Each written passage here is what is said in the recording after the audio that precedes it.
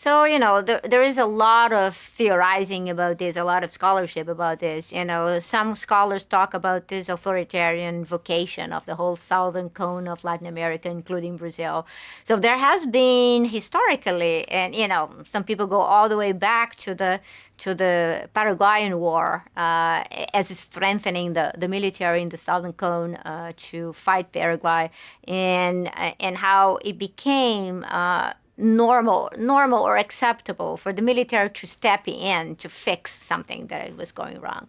So Brazil's first president was a general, and there were other instances in the history of Brazilian democracy in which the military stepped in, but they stepped in for short periods of time. They would step in, they would quote unquote fix what was wrong, the disruption, the perception of unruliness, and for that they always had the support of the church and the support of the middle class and the rich, basically, who considered their intervention essential for their ability to go on with the business of developing.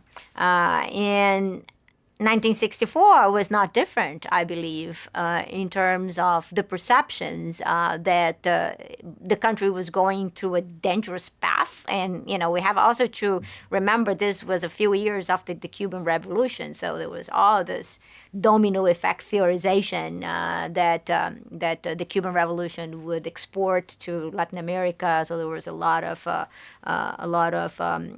fear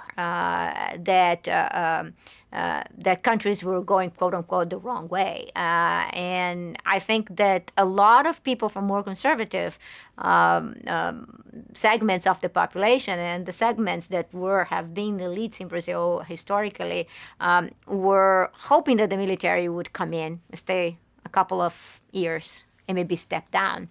And that is the part that did not work as planned.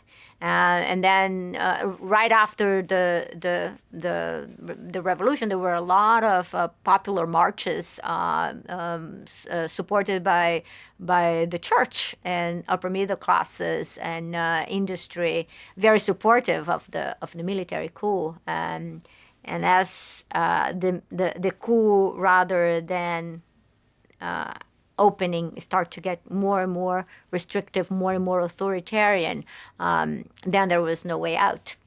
And by the time the military left, there was really, I would say, a broad consensus that they should leave. It was very complicated after they left on how, all these forces that were in the opposition, but very different, how they coalesced around many, many parties. And, we still struggle with this, but there was a consensus that they should leave. I think people convince themselves that it's going to be good, and then until it's not, and then when it's not, their ability to influence the process is already profoundly reduced. I would say for a large majority, and then there are people who just were happy. They were making tons of money during the Brazilian miracle, and they were just happy. So, I guess like in any other society.